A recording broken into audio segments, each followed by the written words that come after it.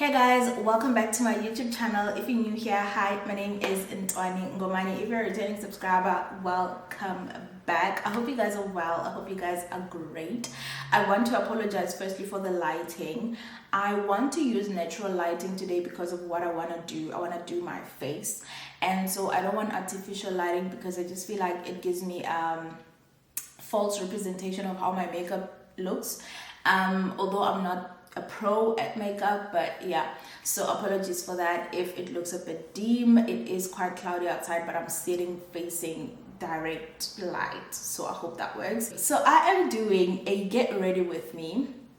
I am going to groove later today, and I just want to look nice. I just want to look nice. I don't even have half the makeup products that I need to actually have like good looking made up face, but I'm just gonna use what I have. I've actually been debating this morning if I should even do this because Sana, I don't even have powder, like I don't even have powder, but anyway, I'm just gonna use what I have and it is what it is. But yeah, so that's what I'm doing today. I have my mirror right here, so I'll be looking in this direction a lot, but I'll also be chatting through some of the investments that I have made in my 20s that I feel have benefited me so much. I almost want to say in my 30s, but I'm not 30 just yet. So yeah, I've made this like investment throughout my 20s, early 20s, mid 20s, and now I'm in my late 20s, and these investments have really proven to be worthwhile for me, so I thought I should share in case somebody wants to make similar investment. Before we get on to today's video, I just want to mention that a lot of people have been asking me for interview tips in my DMs, here in the comments on YouTube, on Instagram as well. So what I have done is I have put together an ebook that will take you start to finish in terms of interview prep. How do you prepare, like where do you go, how do you research the company, what exactly do you research about the company, your interviewers take you to on the day of the interview. Like it's all well and great to know like dress formally, smile, be there on time, but like how do you answer questions like tell me about yourself, how do you answer questions like why are you leaving your previous job, how do you answer behavioral questions like tell me about a time where you had a disagreement with a colleague and how you handled it, stuff like that. So basically preparation from A to Z, and yeah, that process. So I'm gonna put together a guide, and all I ask is for you to pre-order the guide. Depending on the amount of interest on the pre-orders, I will then decide to include even more in the guide or less. Obviously, if I'm doing it for less people, there's not really a lot I need to include, but if there is quite a lot of interest, I might just take it a notch up and add in some bonus things in there. So I will leave the link down in the description box, and then you guys can pre-order. And yeah, okay, let's get on to it. Right, so I won't even mention what I'm using and what is happening, guys. Just bear with me. Just bear with me. The first thing that I would say, or the first investment that I think has changed my life so much, is definitely getting a good education, you guys. We downplay the impact of a good education, and growing up, that's all my parents have been about. So my mom and my dad did go to school, they did go to uni, they're actually graduates of the University of Pretoria, which is where I went as well.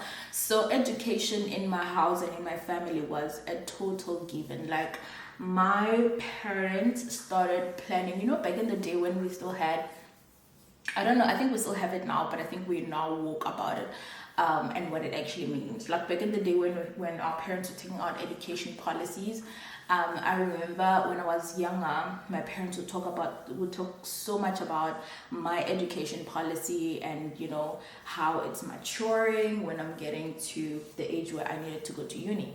So I feel like having made that investment, I want to say in my 20s, because that's where I really started going to uni, in my 20s. Like investing in a good, solid education is so important, especially in a world where we now see people make money, get rich without metric, without qualifications. So I'm not saying you can't, you can, right?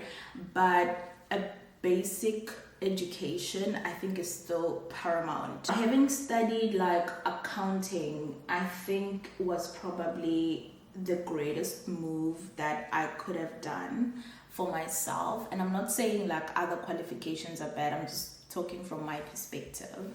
I think having gotten like a good background education, a good high paying qualification, the CSA designation, was a boss babe investment. It has allowed me to grow so much professionally, and also allowed me to be recognized worldwide. I live and work in the UK now because of that qualification, because of that education. So I think, honestly, guys, go to school. Like, go to school. I know it's not fashionable. I know in today's world it's looked down upon. I think this foundation is actually much darker than my skin shade now. I need to find another foundation. But anyway, go to school, guys. You now see like people who have made the money, who have succeeded in whatever venture they were doing in their lives, now going back to school. So I think education is probably the best thing and the best investment that you can do for yourself. And sometimes it doesn't even have to be formal uni education or like university. There's University of YouTube now. You could do short courses, you could do various things, to just upskill yourself. So I think for me, education in any level, in any sphere, will remain the greatest investment that I have made in my 20s, and I continue to make that investment even throughout the rest of my life, with continuous learning and everything. So yeah, people do make it without education, but if you're looking for my advice, go to school, girl. Go to school, Lala, and take it seriously. Take it very, very seriously. Because Sana, I have relatives who are out there looking for jobs, and they want to know if you have metric. They want to know if you're qualified. So don't downplay education. Please be educated. It is an investment. No one can ever take it away from you. No one can ever take away the education that I have. And seemingly as well, the qualification that I did, the accounting qualification, is it's so lucrative, guys. I don't even want to lie. It's so lucrative from internationally, not just South Africa. I'm able to practice in the UK internationally because my qualification can afford me the opportunity to do that. So if you are looking like to make an investment in education, also don't just blindly like make an investment into a certain degree or certain course. Research it and see how permeable it is, see how versatile it is, see if it allows you to work abroad, see if it's transferable skills and stuff like that. But I would say, yeah, for me, the first thing is definitely education. It has paid off so much. I am able today to do this in London, in my empty apartment, however, because of education. So yeah, the second investment that I would say I've made is definitely moving abroad.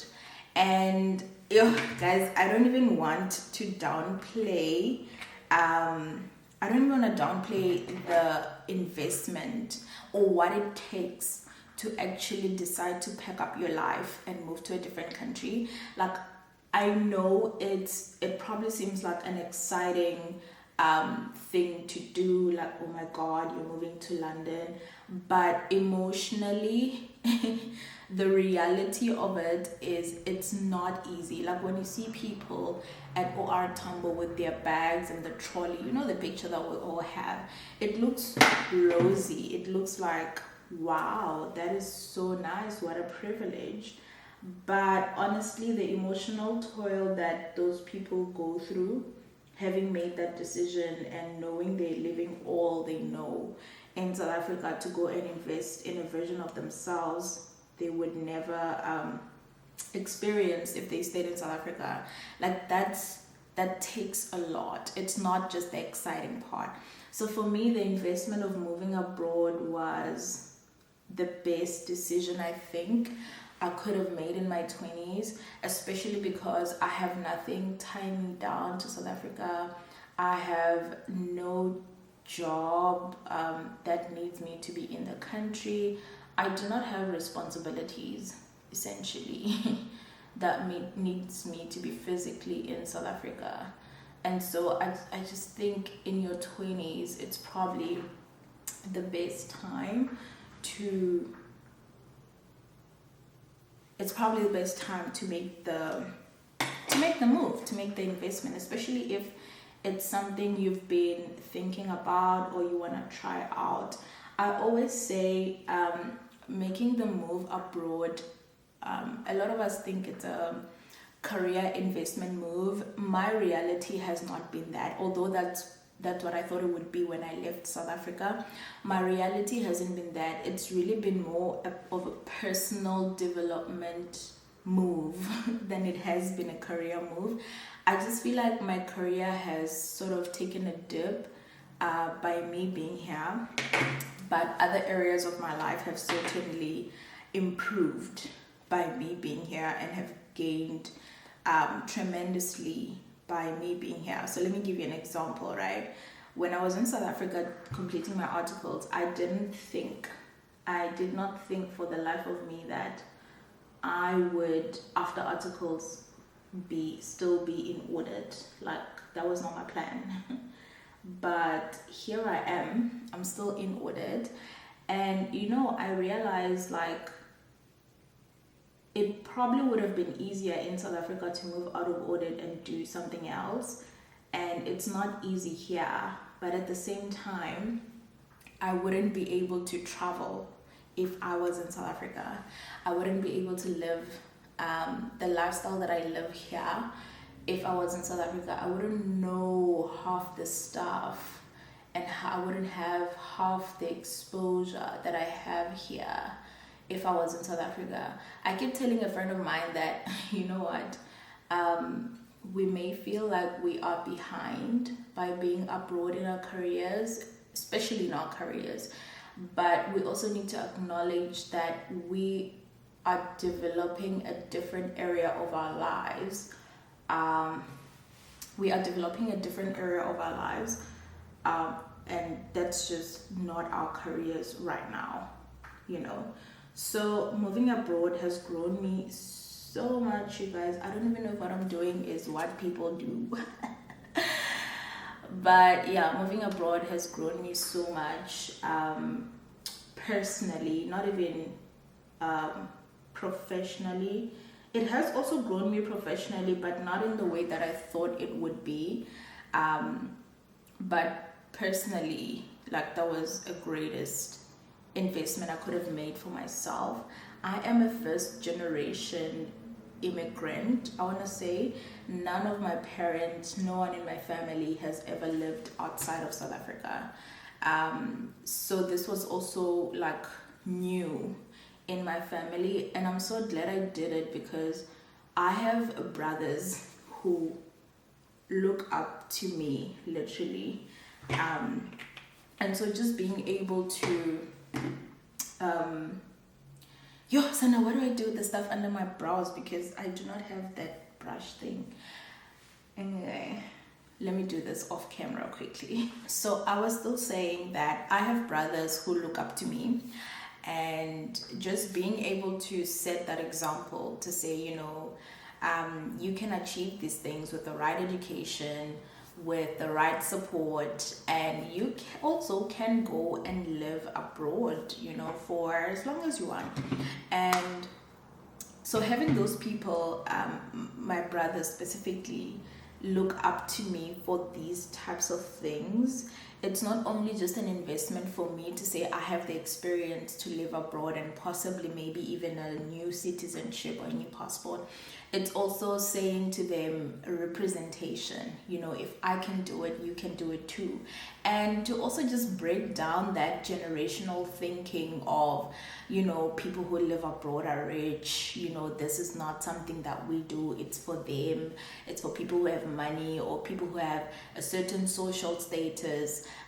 Definitely where I come from, I think that's the mentality. Like, even when I go back home, you can see how people look at me differently. People think I have money, I must be rich to be able to live in London and live the kind of life that I live. But honestly, it's a culmination of my education, my qualification, and just exposing myself outside of the little community of where I come from.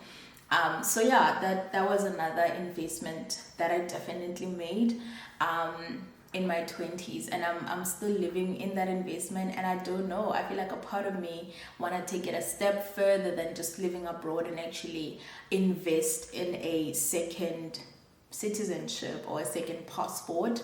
Maybe that will be an investment I make in my 30s. And then I'll talk about the benefits of it after that. But yeah, it's a nice investment, guys. Even if you don't make it for like long term, even if you do like 2 years, I would always recommend taking the leap. It will always pay off. Ooh, this is a bit tricky. I want to do my eyeliner. Should I use this rather, actually? No, let me use this. I'm gonna use the red pencil. The third investment is embracing different friendships in different seasons. So in my 20s, you guys, I have had quite a lot of friendships. I think for all of us, like, the first encounter with friendships that you have is like preschool, primary school, and then high school. And I feel like in those times, there was no effort that was being put into friendships, because I would see you every day for 5 days. You were my friend because it was convenient. We sat in the same class every day. We saw each other 5 days a week. We literally spent our whole lives together. Like, it made sense for us to be friends. But I feel like, and I've always struggled with friendship post high school, because in uni, it wasn't that clear anymore. Like, I could choose to go to a different class and you could choose to go to a different class based on your schedule and based on the classes that you're taking. Even if we're in the same course, we could be taking different classes at different times. So friendships became like more of an effort thing to do.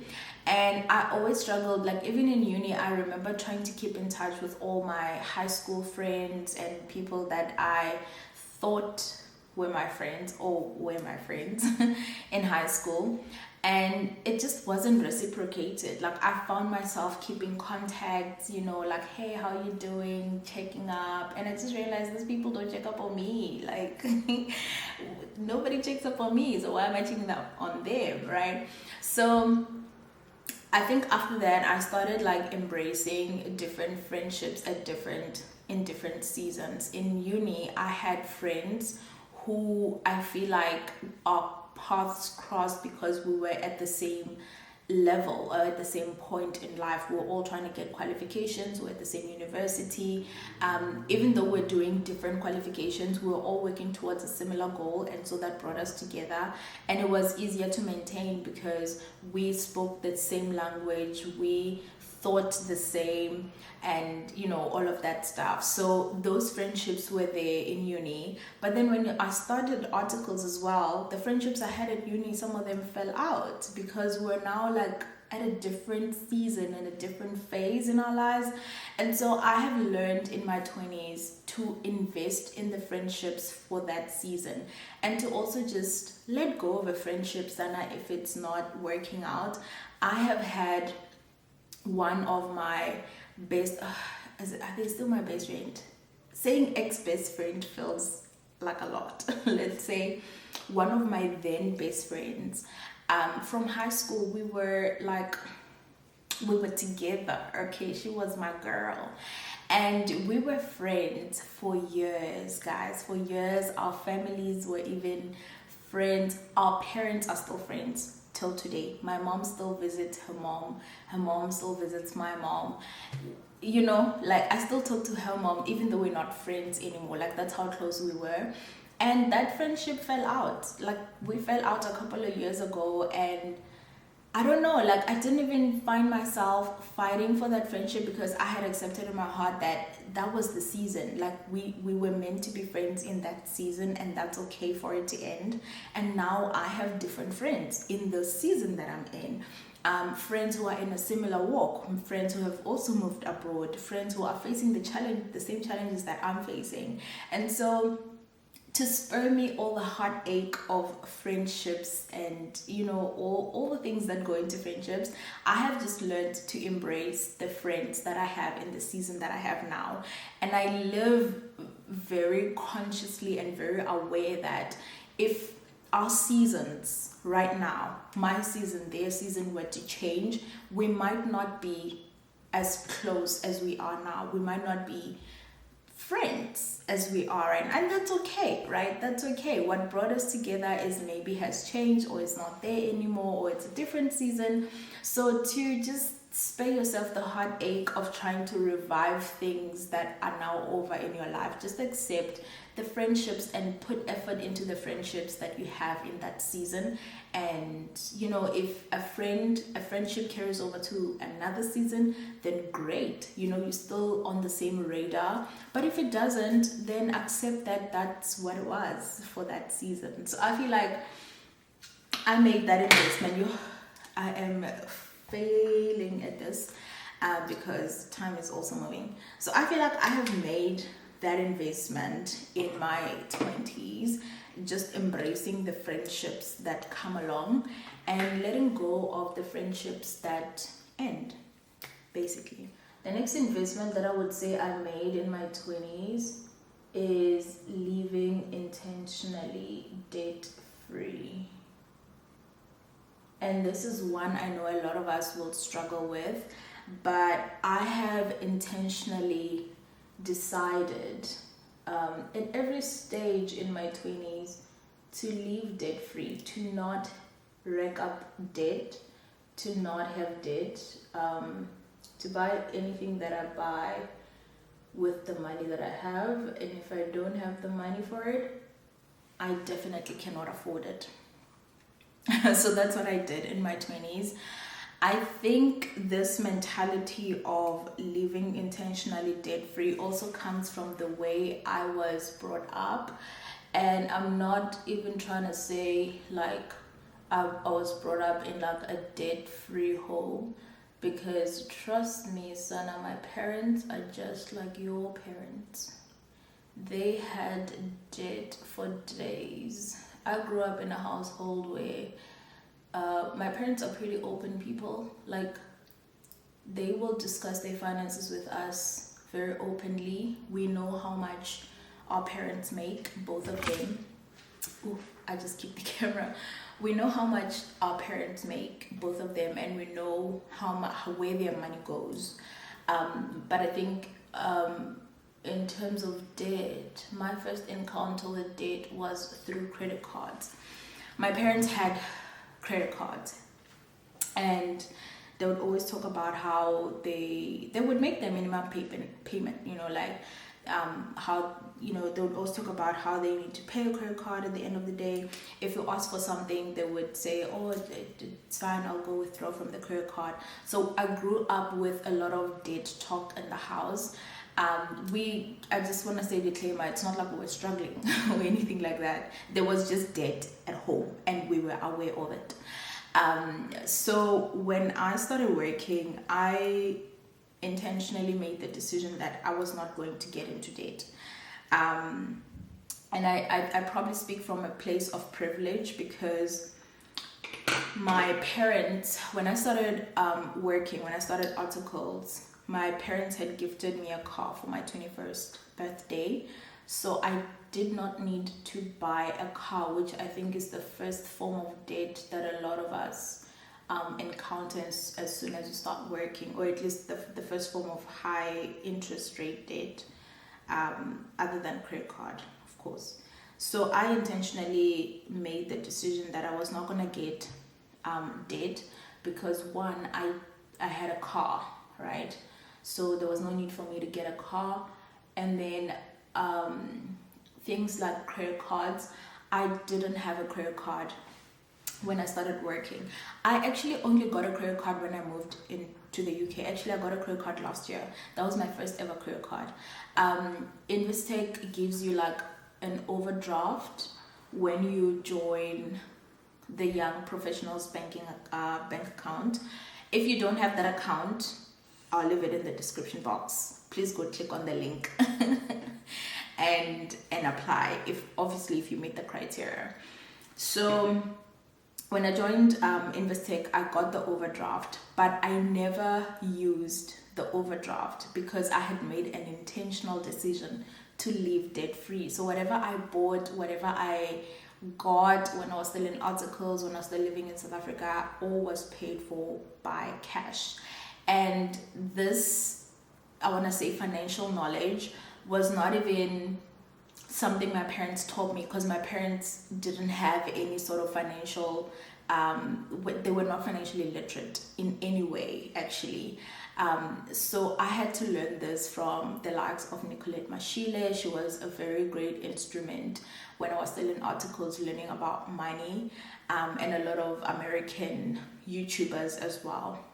So I didn't rack up debt in my 20s because I intentionally decided I was not going to get any debt. And I think that was the greatest decision that I've made. I did not get any credit cards. I did not get any cell phone bills. I did not get any clothing accounts. I just decided, if I want something, I am going to save and I'm going to buy it. And trust me, that thing worked. It worked for me, Sana, because here I am in my late 20s and I have zero debt. I do not know what a debit order for debt is. And it has paid off so much. That decision has paid off so much because I didn't have to struggle paying for things I did not and cannot afford, right? So up until now, actually, I still don't have debt. Well, except for my investment property, which, to be fair, the debt is not in my name, it's in the company's name. So I wouldn't count that as my debt. So I am still living debt free, other than for the company debt, which obviously if the company can't pay, then it falls on me. But anyway, the story for another day. So yeah, I feel like especially in our 20s, guys, if we lack the financial knowledge to make the decisions that we need to make, like decisions about debt, decisions about savings, decisions about investments, it can really be catastrophic in our late 20s and in our early 30s. I know people who are still paying back loans, personal loans that they took, which they have nothing to show for. Cars that people took that they couldn't afford. Just a lot of those things. And in my intentionality in living debt free, I also then influenced my parents to be debt free as well, which I feel like is the greatest achievement that I've done in my 20s. So yeah, I basically like schooled them on financial literacy, and I said, guys, you need to pay back your credit cards. And I think 2 years ago, we closed off all the credit cards that we used to have in the house. So now all the money that is made in that household just goes into us living, or well, my parents and my siblings living off of that money. I do not get any cent of that money, by the way. So yeah, like living debt free has been so good. Like all my money is my money, and I decide what I want to do with it. And I think investing in financial literacy is probably the best thing that you can do for yourself. And when you have that on lockdown for you, it even spills out to the people around you. Like it spilled to my family, my mom, my dad, even my brothers. Like I told my brother, you need to start getting into easy equities. This is how much. I even sent him a screenshot of this is how much my investments are looking, and he's like, whoa. And I'm like, yeah, you need to start now. So yeah, those were some of the investments that I made in my 20s that I think have really paid off now and allowed me to live the kind of life that I live now. Debt free, living abroad, being able to travel, being able to get highly paid for the skill that I went to school to get. I am going to finish off this makeup. To be honest, I think I'm probably done. I always just put Vaseline on my lips. I don't have lip gloss or anything like that. I think Vaseline is the best thing you could ever do. And that's how I look. Let me know what you guys think. I don't have powder, guys. I need to invest in my makeup stuff actually. But yeah, if you enjoyed this video, do let me know. I'm just gonna do my hair and then I'm gonna get dressed. I'll show you guys the final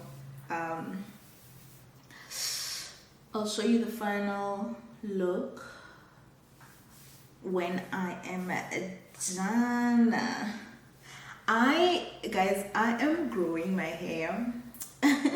I've decided I want to grow my hair this year. So this is the beginning. I have not cared for hair in such a long time. I do not even know what goes into hair care, what type of shampoo to buy, what type of moisturizer. People use oils these days. Like I have no knowledge on those things, so I need to do a bit of research. But if you could be kind enough to just suggest some products in the comments that I can look at buying, and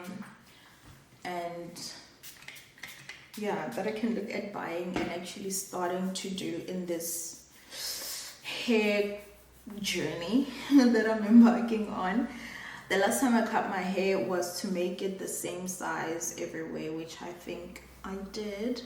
And now it's like growing out. I do not have edges, Sana. I'm also looking for a remedy to grow my edges as well. So do let me know in the comments if you have some products that I could try out, or some things I could turn to. Things like shampoo, conditioners, moisturizers, oils. I don't need a lot. I'm a very simple process person. Even my face care is literally 3 or 4 products. I don't want a lot of products. I just need stuff that will get the job done. So that will shampoo, that will condition, moisturize, and lock in the moisture, and we're good. Like I don't need all the other million things that people put in their hair. So yeah, let me know. And that's basically it, guys. Tell me how I look with my literally minimal makeup. face. I feel like I need the toothbrush thing to do the edges, but we'll get there, okay? Anyway, I think I'm gonna end the video here. My battery is also flashing for some reason. So let me know how you guys found this video in terms of the things that I invested in my 20s. Do you think it's viable things to invest in? Are you investing in some of these things yourself, or have they paid off differently to you than how they have been to me? And what are some of the investments that you have made in your 20s that I didn't mention here, maybe, that you feel someone else can benefit from? So yeah, I'll see you guys in the next video. I will show you the final outfit with the look at the end, well, in the next clip. Otherwise, I'll see you guys in my next video. Don't forget to pre-order the interview guide. I'll leave the link down below if you do need it, just for me to assess interest and see how much I need to pour into it. But I'll see you guys in my next video. Bye. I'll leave it out like that. But yeah, that's the jewelry that I'm going with. I look good. And then I'm gonna go with this scent. This is the Barakat Rouge, but this is the dupe, you guys. It's not the one, but it does the job. So I'm gonna wear these black skinny jeans, and I'm gonna wear them with this shirt. I don't know why it's not brightening up. Oh, there we go. Yeah, so I'm gonna wear these black jeans. They are ripped, so I wanted to show some skin but nothing at the top. And then I'm gonna wear it with this cream shirt. I bought this jean jacket recently, and I'm gonna pair it with that because London is cold. London is very cold. There is no sunlight today, so that's gonna be my fit. Let me know what you guys think. This is just for groove, by the way. I'm not going to anything fancy. It's just a couple of people getting together, drinks, music, you know what it is. So this is what I'm gonna wear. I'm gonna put on nude or white sneakers, and yeah.